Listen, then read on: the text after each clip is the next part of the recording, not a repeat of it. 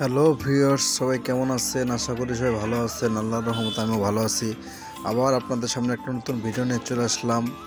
আজকের ভিডিও হলো আপনার বিয়ে বাড়িতে দুটি বক্স যাবে আমাদের নিজের এলাকায়। ওরা ভ্যান নিয়ে আসছে। আমরা বক্সগুলো বাইরে বের করছি সেটিং করার জন্য। যে আমি মেশিন নিয়ে আসতেছি।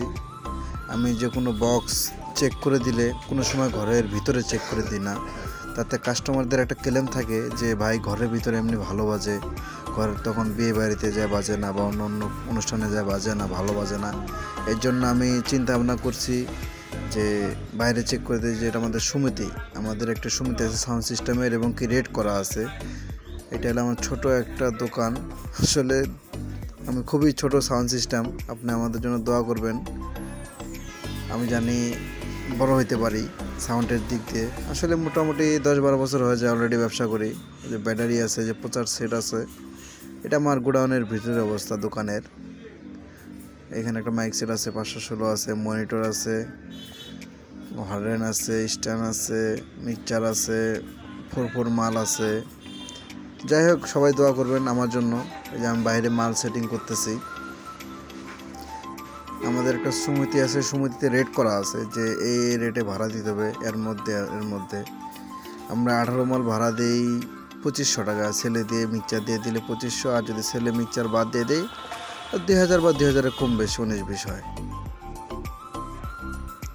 এগুলো হলো আপনার 502 মেশিন দিয়ে 3 ইঞ্চি ভয়েস কয়েল, কি4 মাল জিবেল স্পিকার।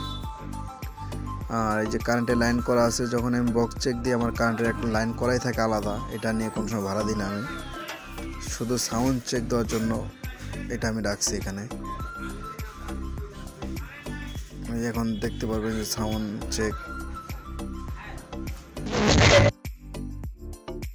আপনারা জানেন যে ইউটিউবে ভিডিও ছাড়লে সম্পূর্ণ সাউন্ড চেক দেওয়া যায় না, কপিরাইট ধরে। এই জন্য আমাদের মাল চেক দেওয়া শেষ, ভ্যানে উঠাচ্ছে, আমি মেশিনটা উঠাই দিচ্ছি। কারেন্টের তার, কারেন্টের বোর্ড, মোবাইলের পিন, মাইক্রোফোন, দুইটা বক্সের তার, সবগুলো আমি, আমার একটা ব্যবসার নিয়ম আছে যে যাকে আমি যত ক্লোজ লোকই হোক না কেন ভাড়া দিতে গেলে আমি আগে আপনার ওই মেমো করে দিই। মেমো ছাড়া আমি সাউন্ড সিস্টেম কখনোই ভাড়া দিই না।